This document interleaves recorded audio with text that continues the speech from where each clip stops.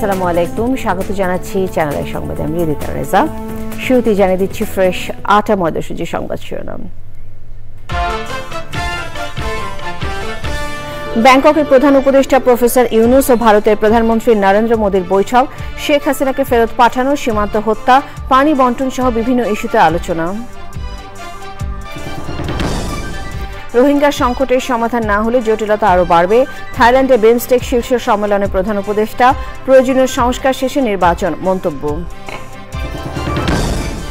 প্রিয়জনের সঙ্গে ঈদ উদযাপন শেষে রাজধানীতে ফিরছে মানুষ, আবারও কর্মব্যস্ত হওয়ার অপেক্ষায় ঢাকা। এবং উন্নত চিকিৎসা শেষে সিঙ্গাপুর থেকে দেশে ফিরল জুলাই অভ্যুত্থানে মাথায় গুলিবিদ্ধ শিশু মুসা, আরও চিকিৎসা চলবে ঢাকা সিএমএইচে। সংবাদ শিরোনামগুলো জানাচ্ছিলাম। এখনকার এই সংবাদ আয়োজন একই সঙ্গে চ্যানেলের ইউটিউব চ্যানেল এবং চ্যানেলের ওটিটি প্ল্যাটফর্ম স্ক্রিনে লাইভ স্ট্রিম হচ্ছে। বিমস্টেক শীর্ষ সম্মেলনে ভাষণে প্রধান উপদেষ্টা প্রফেসর মোহাম্মদ ইউনূস বলেছেন, রোহিঙ্গা সংকটের সমাধান না হলে জটিলতা আরও বাড়বে। থাইল্যান্ডের রাজধানী ব্যাংককে এই সম্মেলনে প্রফেসর ইউনূস বলেন, প্রয়োজনীয় সংস্কার শেষে যত দ্রুত সম্ভব অবাধ, নিরপেক্ষ ও অংশগ্রহণমূলক নির্বাচন হবে বাংলাদেশে। টেকসই উন্নয়ন ও অর্থনৈতিক স্থিতিশীলতার জন্য নবায়নযোগ্য শক্তি, আন্তঃসীমান্ত বিদ্যুৎ বাণিজ্য ও শক্তি দক্ষতা বৃদ্ধির জন্য বিমস্টেকভুক্ত সকল দেশকে একত্রে কাজ করার আহ্বান জানান তিনি। রিপোর্ট। বঙ্গোপসাগর অঞ্চলে বহুখাতীয় কারিগরি ও অর্থনৈতিক সহযোগিতা উদ্যোগ বিমস্টেকের শীর্ষ সম্মেলন থাইল্যান্ডের রাজধানী ব্যাংককে। সম্প্রতি ভূমিকম্পে থাইল্যান্ড ও মিয়ানমারের নিহতদের স্মরণে 1 মিনিট নীরবতা পালন করা হয় বিমস্টেক শীর্ষ সম্মেলনে। প্রধান উপদেষ্টা প্রফেসর মোহাম্মদ ইউনূস তার ভাষণে এ অঞ্চলের সংকট ও উন্নয়নে বিমস্টেক সদস্য দেশগুলোকে একসঙ্গে কাজ করার আহ্বান জানান। তিনি আশা করেন, রোহিঙ্গা সংকট সমাধানে মিয়ানমারের সাথে কার্যকর সংলাপ করবে বিমস্টেক। প্রধান উপদেষ্টা জানান, সুশাসন প্রতিষ্ঠা, দুর্নীতির বিরুদ্ধে লড়াই ও অর্থনীতির প্রতিটি স্তরে শৃঙ্খলা ফেরানোর জন্য কাজ করছে বাংলাদেশের অন্তর্বর্তী সরকার। থাইল্যান্ডের প্রধানমন্ত্রীর কাছ থেকে বিমস্টেকের পরবর্তী চেয়ারম্যানের দায়িত্ব পাচ্ছেন বাংলাদেশের প্রধান উপদেষ্টা প্রফেসর মোহাম্মদ ইউনূস। চকর মালিথা, চ্যানেল আই। ভারতের প্রধানমন্ত্রী নরেন্দ্র মোদীর সাথে বৈঠক করেছেন বাংলাদেশের অন্তর্বর্তী সরকারের প্রধান উপদেষ্টা প্রফেসর মোহাম্মদ ইউনূস। বৈঠকের পর প্রধান উপদেষ্টার প্রেস সচিব জানিয়েছেন, বৈঠকে দুই দেশের স্বার্থ সংশ্লিষ্ট বিষয়, বিশেষ করে শেখ হাসিনাকে বাংলাদেশে ফেরত পাঠানো, সীমান্ত হত্যা এবং অভিন্ন নদীর পানি বন্টন নিয়ে ফলপ্রসূ আলোচনা হয়েছে। চকমারিথা রিপোর্ট। থাইল্যান্ডের রাজধানী ব্যাংককের শ্রীংলীলা হোটেলে হয়েছে বিমস্টেক শীর্ষ সম্মেলন। বৃহস্পতিবার রাতে পাশাপাশি বসে ডিনারের সাক্ষাৎ হয় ভারতের প্রধানমন্ত্রী নরেন্দ্র মোদী এবং বাংলাদেশের অন্তর্বর্তী সরকারের প্রধান উপদেষ্টা প্রফেসর মোহাম্মদ ইউনূসের। এক টেবিলে বসে ডিনার করেন দুই নেতা। বিমস্টেক শীর্ষ সম্মেলনের সাইডলাইনে শুক্রবার দুপুরে শ্রীংলীলা হোটেলের ব্যাংকুয়েট হলে আনুষ্ঠানিক বৈঠক করেন নরেন্দ্র মোদী এবং প্রফেসর ইউনূস। বাংলাদেশে 5 আগস্টের রাজনৈতিক পট পরিবর্তনের পর পরিবর্তিত পরিস্থিতিতে প্রথমবারের মতো আলোচনায় বসেন তারা। আগে থেকে বৈঠকের জন্য অপেক্ষা করছিলেন ভারতের প্রধানমন্ত্রী। প্রফেসর ইউনূস হলে প্রবেশ করলে নরেন্দ্র মোদী তাকে দাঁড়িয়ে স্বাগত জানান। দুই দেশের দুই নেতার পরনেই ছিল পাঞ্জাবি, শুধু পার্থক্য ছিল পাঞ্জাবির উপরে পরা তাদের নিজস্ব স্টাইলের কোটিতে। শুরুতে শুভেচ্ছা বিনিময় করেন তারা। বৈঠকের পর কথা বলেন প্রধান উপদেষ্টার প্রেস সচিব। মাননীয় চিফ অ্যাডভাইজার মহোদয়, ইন্ডিয়ার প্রধানমন্ত্রী শ্রী নরেন্দ্র মোদীর সাথে বৈঠক করেছেন এবং বৈঠকে আমাদের সাথে যে পারস্পরিক স্বার্থ সংশ্লিষ্ট যতগুলো ইস্যু ছিল সবগুলো নিয়ে কথা হয়েছে এবং আমরা আমাদের যেগুলো স্বার্থ সংশ্লিষ্ট যতগুলো বিষয় ছিল সবগুলো বিষয়ই আমাদের চিফ অ্যাডভাইজার মহোদয় সেই মিটিংয়ে বলেছেন। সাবেক প্রধানমন্ত্রী শেখ হাসিনা প্রসঙ্গে আলোচনা হয় বৈঠকে। শেখ হাসিনার প্রত্যর্পণ বিষয়ে কথা হয়েছে। শেখ হাসিনা যে ওইখানে বসে অনেক ধরনের ইনসেন্ডিয়ারি কমেন্ট করছেন সেগুলো বিষয়ে কথা হচ্ছে। সীমান্ত হত্যা এবং নদীর পানি বন্টন নিয়ে আলোচনা করেন দুই নেতা। বর্ডার কিলিং নিয়ে কথা হয়েছে। আমাদের দুই দেশের মধ্যে যে গাঞ্জেস ওয়াটার ট্রিটিটা আপনি জানেন যে নতুন করে এটার এক্সপায়ার হয়েছে, নতুন করে ট্রিটিটা হওয়ার আবার কথা হচ্ছে এবং তিস্তা ওয়াটার এগুলো সবগুলো নিয়েই কথাবার্তা হয়েছে। আমি বলবো যে মিটিংটা খুবই কনস্ট্রাকটিভ, প্রোডাক্টিভ এবং ফ্রুটফুল হয়েছে। এরপর বাংলাদেশের অন্তর্বর্তী সরকারের প্রধান উপদেষ্টা প্রফেসর মোহাম্মদ ইউনূস বৈঠক করেন থাইল্যান্ডের প্রধানমন্ত্রীর সঙ্গে। চকর মালিথা, চ্যানেল আই। প্রিয়জনের সঙ্গে ঈদ উদযাপন শেষে রাজধানীতে ফিরতে শুরু করেছে কর্মব্যস্ত মানুষ। রাজধানী মহাখালী বাস টার্মিনালে আছেন যাযাবর মিন্টু, সরাসরি তার সাথে যোগাযোগ করছে। মিন্টু, মহাখালী বাস টার্মিনালে মানুষের ভিড় কেমন দেখছেন? ঘর ফেরা মানুষের ভিড় যেটাকে বলছে। আর আপনি এখন কোথায় মহাখালী বাস টার্মিনালে অবস্থান করছেন, তো আমাদেরকে একটু বিস্তারিতভাবে তুলে ধরুন। ধন্যবাদ। আমি এই মুহূর্তে আছি মহাখালী বাস টার্মিনালে। কিছুক্ষণ পরপরই বিভিন্ন গন্তব্য থেকে বাস আসছে এখানে। আমরা জানি যে গত 28শে মার্চ শুরু হয়েছিল ঈদে মানুষের বাড়ি ফেরার যাত্রা। 9 দিনের ছুটি পেয়েছে এবারের ঈদে, আর এখন মোটামুটি তারা আবার রাজধানীতে আসতে শুরু করেছে ঈদের প্রিয়জনদের সাথে ঈদ কাটিয়ে। আমি কিছু বাসের ড্রাইভারের সাথে এবং হেল্পারের সাথে কথা বলেছি।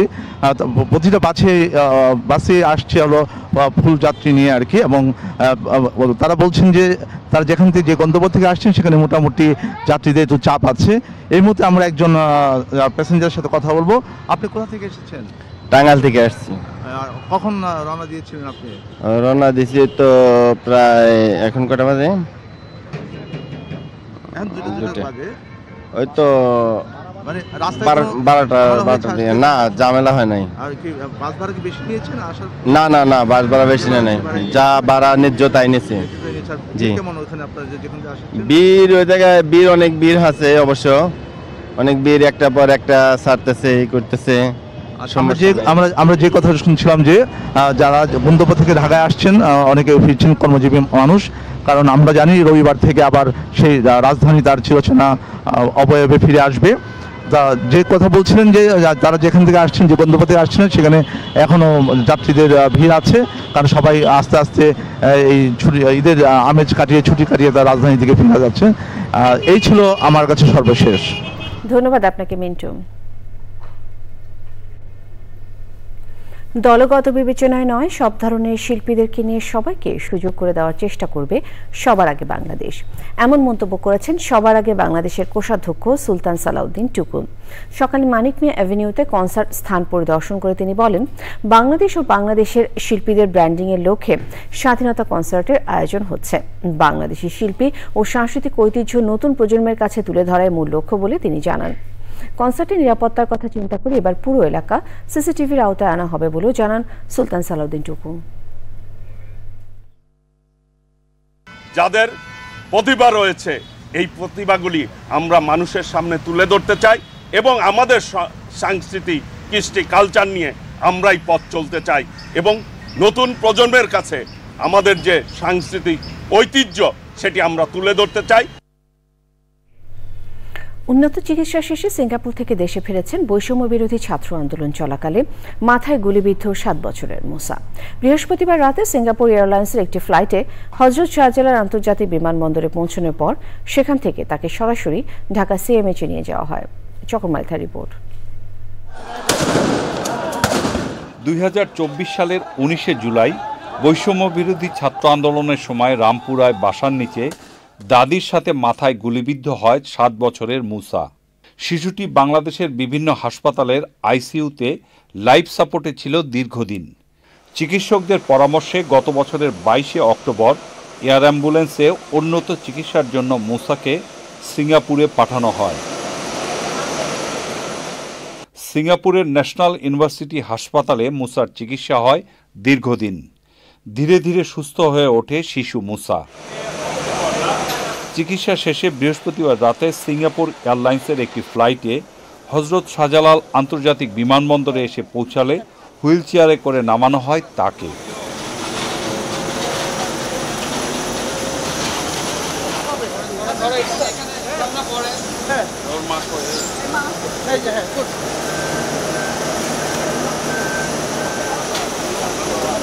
বিমানবন্দরের ভেতর থেকেই সিএমএইচ এর অ্যাম্বুলেন্সে তোলা হয় তাকে। এখন আল্লাহর রহমতে মুসা অনেক ভালো আছে, ঠিক আছে। আমাদের সরকার উপদেষ্টা অনেক উপকার করেছে, আমাদের অনেক সাহায্য করেছে। চ্যানেল আই আমাদের এয়ার অ্যাম্বুলেন্সে যাওয়ার জন্য স্পন্সর করেছে। আমরা কেউ ভাবিই নাই যে সে সুস্থভাবে আজকে এরকম একটা জীবন ফিরে পাবে আর কি। সিঙ্গাপুর থেকে আসা মুসার চিকিৎসকও জানালেন ধীরে ধীরে সুস্থ হয়ে উঠবে মুসা। His condition has been improving. He's known as the miracle baby in Singapore due to the treatment that they administered.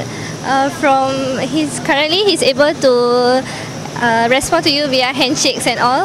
ঢাকার সম্মিলিত সামরিক হাসপাতালে আরও কিছুদিন চিকিৎসা চলবে মুসার।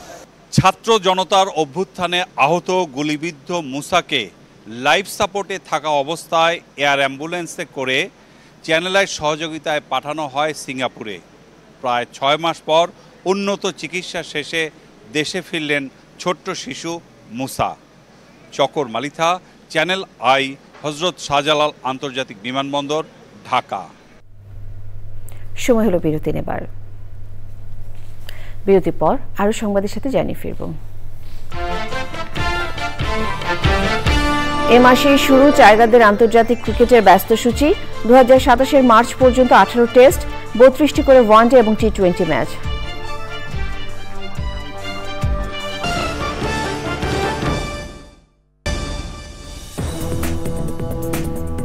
ফিরে এলাম বিরতির পর।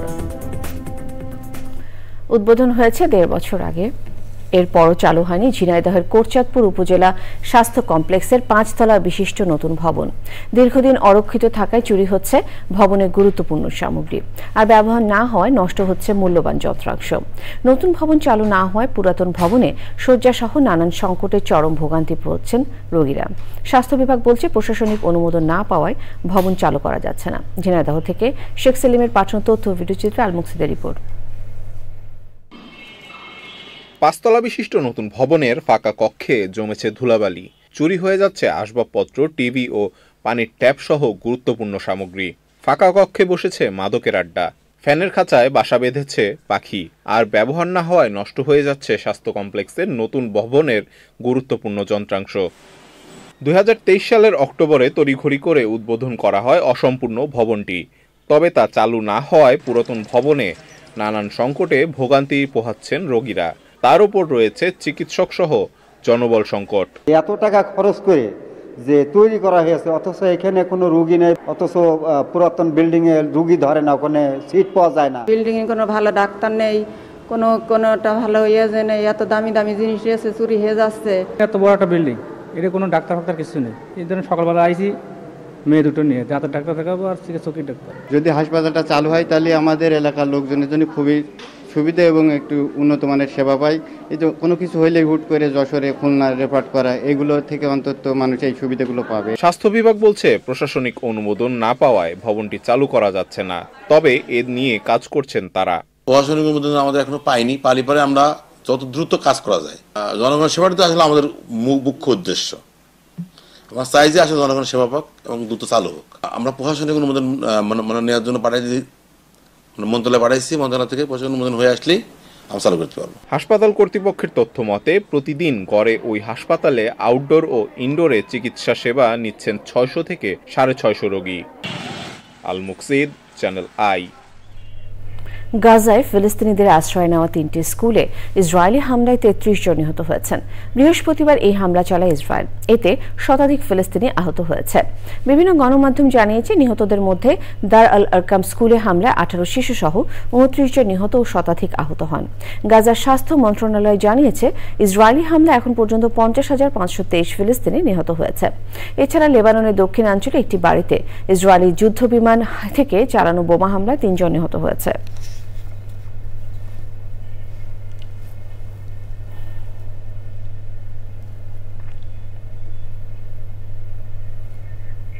নিটল টাটা, কৃষি সংবাদ।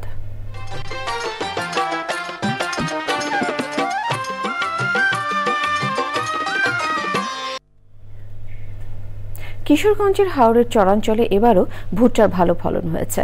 গত কয়েক বছরে অনেক কৃষক ভুট্টা চাষে ঝুঁকছেন। কৃষি সম্প্রসারণ অধিদপ্তর বলছে এই অঞ্চলে কৃষি অর্থনীতিতে গুরুত্বপূর্ণ অবদান রাখবে এই ফসল।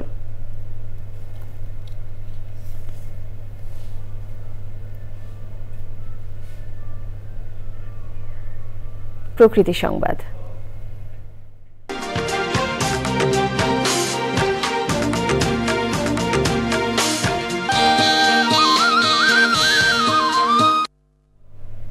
টাইম ম্যাগাজিনে the world's greatest places of 2025 তালিকায় স্থান পেয়েছে সাভারের জেমুন্নেসা মসজিদ। বৈশ্বিক এই তালিকায় প্রথমবার বাংলাদেশি কোনো স্থাপনা জায়গা পেল। প্রভাবশালী টাইম ম্যাগাজিনে মসজিদ স্থান পাওয়ায় খুশি মসজিদ কর্তৃপক্ষ, স্থানীয়রা।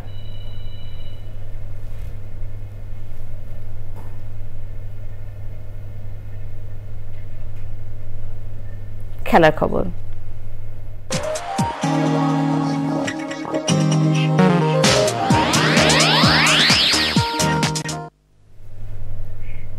চ্যাম্পিয়ন্স ট্রফি খেলে দেশে ফিরে বাংলাদেশ দলের ক্রিকেটাররা ব্যস্ত হয়ে পড়েছেন ঢাকা প্রিমিয়ার লিগে খেলা নিয়ে। ঈদের ছুটি শেষে প্রিমিয়ার ক্রিকেট লিগ আবার মাঠে গড়ালেও টাইগারদের সামনে রয়েছে তুমুল ব্যস্ত আন্তর্জাতিক সিরিজ খেলার হাতছানি। আইসিসি এফটিপি অনুযায়ী 2027 সালের মার্চ পর্যন্ত আগামী 23 মাসে বাংলাদেশ ক্রিকেট দল হোম এবং অ্যাওয়ে মিলিয়ে 16টি দ্বিপাক্ষিক সিরিজ খেলবে। এই সিরিজগুলোতে থাকছে 18টি টেস্ট, 32 ওয়ানডে এবং 32টি টি-20 ম্যাচ। দ্বিপাক্ষিক সিরিজের বাইরেও টিম টাইগার্স 2025 সেপ্টেম্বরে এশিয়া কাপ ক্রিকেটে টি-20 ফরম্যাটের আসর এবং 2026 ফেব্রুয়ারি মার্চে ভারতে অনুষ্ঠেয় টি-20 বিশ্বকাপ ক্রিকেটে অংশ নেবে। চলতি মাসে 2 টেস্ট সিরিজে অংশ নিতে জিম্বাবুয়ে দলের বাংলাদেশ সফর দিয়ে শুরু হবে টাইগারদের ব্যস্ত আন্তর্জাতিক সূচি। এবছরের সেপ্টেম্বর, ডিসেম্বর ও 2026 জানুয়ারি এবং ফেব্রুয়ারি মাস ছাড়া বাংলাদেশ 2027 মার্চ পর্যন্ত প্রতিটি মাসে আন্তর্জাতিক হোম অথবা অ্যাওয়ে সিরিজ দিয়ে ব্যস্ত থাকবে। 2026 ফিফা বিশ্বকাপের অন্যতম আয়োজক যুক্তরাষ্ট্রকে আরও বিশ্বকাপ আয়োজনের সুযোগ দিচ্ছে ফিফা। 2031 ফিফা নারী বিশ্বকাপ ফুটবলের আসর আয়োজনের দায়িত্ব যুক্তরাষ্ট্র পাচ্ছে বলে ইঙ্গিত দিয়েছেন খোদ ফিফা সভাপতি জিয়ান্নি ইনফ্যান্টিনো। ইউএফা বার্ষিক কংগ্রেসে ইনফ্যান্টিনো বলেন, 2031 নারী বিশ্বকাপের জন্য একমাত্র যুক্তরাষ্ট্র আয়োজক হওয়ার প্রস্তাব দিয়েছে। 2035 পরের আসর আয়োজনের আগ্রহ জানিয়ে আনুষ্ঠানিক প্রস্তাব দিয়েছে গ্রেট ব্রিটেন। ওদিকে 2030 সালে ছেলেদের বিশ্বকাপ ফুটবলে 64 দলের অংশগ্রহণে ফিফার অনুমোদনের সমালোচনা করেছেন ইউএফা সভাপতি ও ফিফার অন্যতম সহসভাপতি আলেকজান্ডার ক্যাফেরিন। এই প্রস্তাবকে বাজে সিদ্ধান্ত বলে আখ্যায়িত করেছেন তিনি।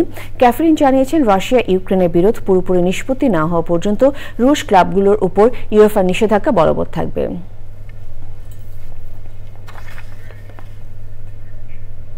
সবশেষে ফ্রেশ আটা ময়দা সুজি সংবাদ শিরোনামগুলো জানিয়ে দিচ্ছে আরও একবার। ব্যাংককের প্রধান উপদেষ্টা প্রফেসর ইউনূস ও ভারতের প্রধানমন্ত্রী নরেন্দ্র মোদীর বৈঠক। শেখ হাসিনাকে ফেরত পাঠানো, সীমান্ত হত্যা, পানি বন্টন সহ বিভিন্ন ইস্যুতে আলোচনা।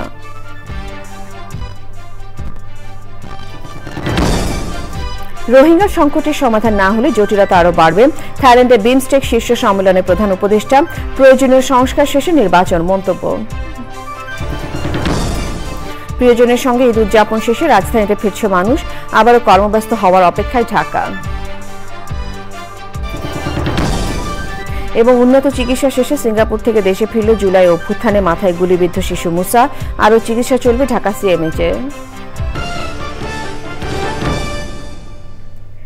চ্যানেলের সর্বশেষ সংবাদ জানতে ভিজিট করুন channelonline.com-এ। যুক্ত থাকুন আমাদের সোশ্যাল মিডিয়া প্ল্যাটফর্মগুলোর সাথে। শেষ করছি চ্যানেলের সংবাদ। ধন্যবাদ।